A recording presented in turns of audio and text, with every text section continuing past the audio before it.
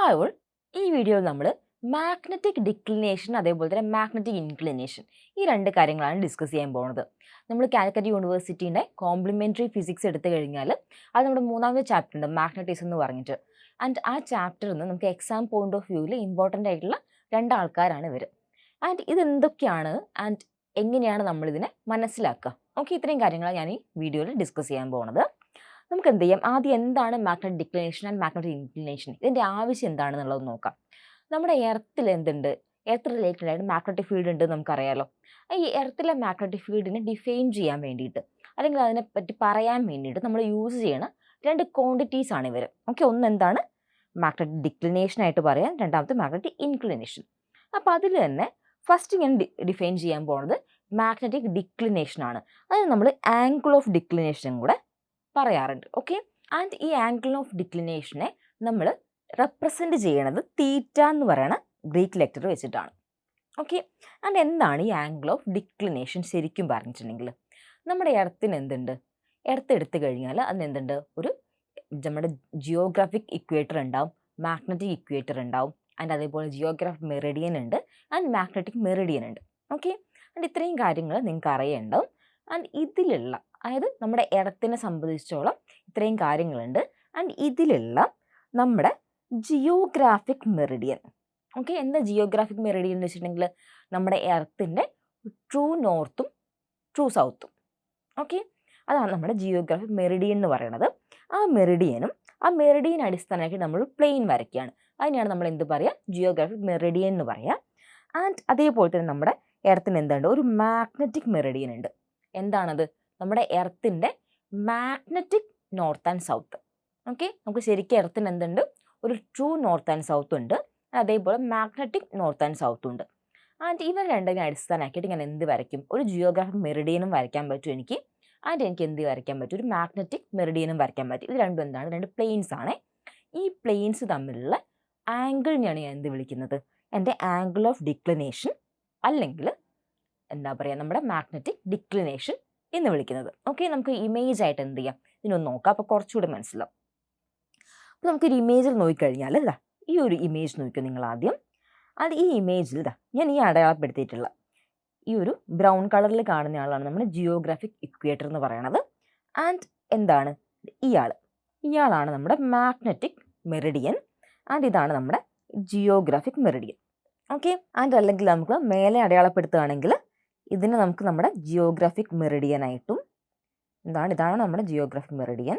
And ഇത് നമ്മുടെ എന്താണ്, ഇത് നമ്മുടെ മാഗ്നറ്റിക് മെറിഡിയൻ. ഈ രണ്ട് പ്ലെയിൻസ്, ഇത് നോക്കി, ഞാൻ എർത്തിലൂടെ പാസ് ചെയ്യണ രണ്ട് പ്ലെയിൻസ് ആയിട്ടാണ് എന്ത് ചെയ്തിട്ടുള്ളത്, ഞാൻ ഇവ രണ്ടാളെയും വരച്ചിട്ടുള്ളത് അല്ലേ.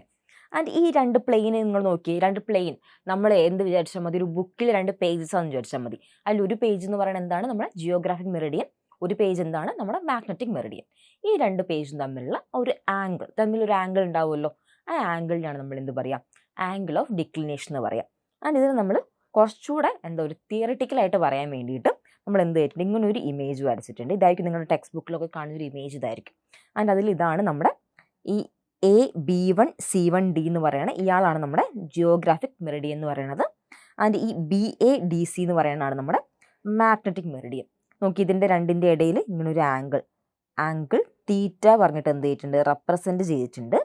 ആ തീറ്റയാണ് നമ്മുടെ ആംഗിൾ ഓഫ് ഡിക്ലിനേഷൻ എന്ന് പറയുന്നത്. ഓക്കെ, ആൻഡ് ഇത് എന്ത് ചെയ്തിട്ടുണ്ട്, പ്രീവിയസ് ഇയറിൽ ചോദിച്ചുള്ളൊരു ക്വസ്റ്റ്യൻ ആണ് കേട്ടോ. അതുകൊണ്ടാണ് എന്ത് ചെയ്തിട്ടുള്ളത്, ഇത്രയും ഡീറ്റെയിൽഡ് ആയിട്ട് പറഞ്ഞിട്ടുള്ളത്. സോ എന്ത് ചെയ്യുക, ഡിക്ലിനേഷൻ എന്താണെന്ന് കറക്റ്റായിട്ട് മനസ്സിലാക്കി വെക്കുക. ഓക്കെ, ഇത് നമുക്ക് പറയാനുള്ള ആളെന്ന് പറയുന്നത് നമ്മുടെ ആംഗിൾ ഓഫ് ഡിപ്പാണ്, അല്ലെങ്കിൽ എന്ത് പറയാം, നമുക്ക് മാഗ്നറ്റിക് ഇൻക്ലിനേഷൻ എന്ന് പറയാം. എന്താണ് മാഗ്നറ്റിക് ഇൻക്ലിനേഷൻ, അല്ലെങ്കിൽ അതിനെ ആംഗിൾ ഓഫ് ഡിപ്പ് എന്ന് കൂടെ നമ്മൾ വിളിക്കാറുണ്ട്. എന്താണ് ഈ ആംഗിൾ ഓഫ് ഡിപ്പ് എന്ന് പറയുന്നത്, നമ്മുടെ എർത്തിൽ എന്തുണ്ട്, ഒരു ടോട്ടൽ മാഗ്നറ്റിക് ഫീൽഡ് ഉണ്ടാവുമല്ലോ. നമ്മുടെ എർത്തിൻ്റെ ടോട്ടൽ മാഗ്നറ്റിക് ഫീൽഡും ആൻഡ് നമ്മുടെ എർത്തിൽ വരയ്ക്കുന്ന ഒരു horizontal line in magnetic direction, അത് തമ്മിലുള്ള ആംഗിളിലാണ് നമ്മൾ എന്ത് പറയാറ്, നമ്മുടെ ആംഗിൾ ഓഫ് ഡിപ്പ് അല്ലെങ്കിൽ മാഗ്നറ്റിക് ഇൻക്ലിനേഷൻ എന്ന് പറയാറ്. അത് നമുക്ക് എന്ത് പറയാം, കോമ്പസ് വെച്ചിട്ട് നമുക്ക് എന്ത് ചെയ്യാൻ പറ്റും, അതിന് നമുക്ക് റെപ്രസെൻറ്റ് ചെയ്യാൻ പറ്റും. അത് ഇത് നമ്മൾ ഒരു ഗ്രീക്ക് ലെറ്റർ ഡെൽറ്റ വെച്ചിട്ടാണ് ഇത് നമ്മൾ റെപ്രസെൻറ്റ് ചെയ്യാറ്. ഡെൽറ്റ വെച്ചിട്ടാണ് ഈ ഒരു കാര്യത്തെ നമ്മൾ റെപ്രസെൻറ്റ് ചെയ്യാം. നമുക്ക് കുറച്ചുകൂടി ഡീറ്റെയിൽഡ് ആയിട്ട് ഒരു ഇമേജ് വെച്ചിട്ട് നോക്കാം, അപ്പോൾ കുറച്ചുകൂടി മനസ്സിലാവും. ഈ ഒരു ഇമേജ് നോക്കിയാൽ നിങ്ങൾ ഈ ഒരു ഇമേജിൽ നോക്കിയോ, ഈ ഒരു ഈ പെർട്ടിക്കുലർ ഇമേജിൽ ഞാൻ എന്ത് ചെയ്യാണ്, ഒരു കോമ്പസ് എടുക്കുകയാണ്. ഞാൻ കോമ്പസ് എടുത്തിട്ടുണ്ട്, എർത്തിൽ എവിടെയെങ്കിലും വെച്ചു. ഓക്കെ, എർത്തിൽ എവിടെയെങ്കിലും ഞാനൊരു കോമ്പസ് എടുത്ത് വെച്ചു. അപ്പോൾ ആ കോമ്പസിൽ നീഡിൽ എന്ത് ചെയ്യും, ഒന്ന് റൊട്ടേറ്റ് ചെയ്യുമല്ലോ അല്ലേ, എങ്ങനെയെങ്കിലും ഒന്ന് റൊട്ടേറ്റ് ചെയ്യും. ആ റൊട്ടേറ്റ് ചെയ്യുന്ന സമയത്ത് ആ കോമ്പസ് എന്ത് ചെയ്യും, റൊട്ടേറ്റ് ചെയ്ത് ഒരു പെർട്ടിക്കുലർ ആംഗിളിൽ മാറും അല്ലേ. ആ ആംഗിൾ, ആ ഒരു നീഡിൽ നമ്മുടെ ആ സ്ഥലത്തുള്ള ഹൊറിസോണ്ടലായിട്ട് ഉണ്ടാക്കുന്ന ആംഗിളിനാണ് നമ്മൾ എന്ത് പറയുക, ശരിക്കും നമ്മുടെ മാഗ്നറ്റിക് ഇൻക്ലിനേഷൻ എന്ന് പറയാം. ഇതിൽ ഏറ്റവും ഇമ്പോർട്ടൻ്റ് ആയിട്ടുള്ള കാര്യം എന്താ വെച്ചിട്ടുണ്ടെങ്കിൽ, നിങ്ങൾ നോക്കിയതിൽ നമ്മൾ പല സ്ഥലത്ത് എന്ത് ചെയ്യും, ഈ മാഗ്നറ്റിക് നീഡിൽ ഇങ്ങനെ മാറ്റി മാറ്റി വെച്ചു കഴിഞ്ഞു എന്ന് വിചാരിച്ചോ അല്ലേ. മാഗ്നറ്റിക് പല സ്ഥലത്തും വെക്കുകയാണ്. നമ്മൾ മാഗ്നറ്റിക് ഇക്വേറ്ററിൽ വെച്ചാലോ, മാഗ്നറ്റിക് ഇക്വേറ്ററിൽ വെച്ച് കഴിഞ്ഞാൽ ഈ നമ്മുടെ നീഡിൽ എന്ത് ചെയ്യും, കറക്റ്റായിട്ട് അലൈൻ ചെയ്യില്ലേ, ഇല്ലേ, ആംഗിൾ ഉണ്ടാവും അവിടെ, കറക്റ്റായിട്ട് നോർത്ത് സൗത്ത് ആയിട്ട് അലൈൻ ചെയ്യും. എന്തുണ്ടാവില്ല, ഒരു ആംഗിൾ എന്ത് ചെയ്യില്ല, അവിടെ ക്രിയേറ്റ് ചെയ്യപ്പെടില്ല. ഇവിടെ മാഗ്നറ്റിക് ഇക്വേറ്ററിൽ കേട്ടോ. നമുക്കിതിൽ പറയാൻ പറ്റുന്ന ആളെന്ന് പറയുന്നത്, നമ്മുടെ മാഗ്നറ്റിക് ഇക്വേറ്ററിൽ നമ്മുടെ മാഗ്നറ്റിക് ഫീൽഡ് എന്ത് ചെയ്യും, കറക്റ്റായിട്ട് ഹൊറിസോണ്ടലായിട്ട് അലൈൻ ആയിട്ടല്ലോ കിടക്കുന്നുണ്ടാവുക. അപ്പോൾ ആ സ്ഥലത്ത് എന്തായിരിക്കും നമ്മുടെ ആംഗിൾ ഓഫ് ഡിപ്പ് അല്ലെങ്കിൽ മാഗ്നറ്റിക് ഇൻക്ലിനേഷൻ എന്ന് പറയുന്നത് 0 ഡിഗ്രി ആയിരിക്കും. ഓക്കെ, ആൻഡ് ഇതിൽ മറ്റൊരു ഇമേജ് നമ്മൾ നേരത്തെ പറഞ്ഞ പോലെ ഒരു തിയററ്റിക്കലി നമ്മൾ ബുക്കിലൊക്കെ കാണുന്ന ഒരു ഇമേജ് ഇങ്ങനെയായിരിക്കും ഉണ്ടാവുക. ഈ ഇമേജിൽ നമ്മൾ ഡിപ്പ് എവിടെയാണുള്ളത് നോക്കാം. ഓക്കെ, ഇതാണ് നമ്മുടെ മാഗ്നറ്റിക് ഫീൽഡ് വെക്റ്റർ എന്ന് പറയുന്നത്. ഈ മാഗ്നറ്റിക് ഫീൽഡ് വെക്റ്റർ ഇതാണ് നമ്മുടെ ബി എന്ന് പറയുന്നത്, അല്ലെങ്കിൽ മാഗ്നറ്റിക് മെറിഡിയൻ. ഓക്കെ, ഇയാൾ നമ്മുടെ ഹൊറിസോണ്ടൽ ഫീൽഡുമായിട്ട് ഉണ്ടാക്കുന്ന ആംഗിൾ ഇതാണ്.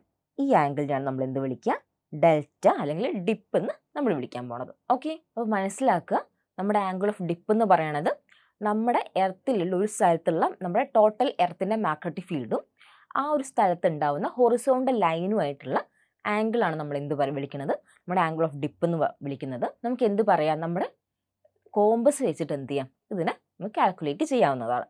ഓക്കെ, അപ്പോൾ ഇത്രയും കാര്യങ്ങളാണ് ഈ വീഡിയോയിൽ പറയാനുള്ളത്. നമുക്ക് മറ്റൊരു വീഡിയോയിൽ കാണാം. Thank you.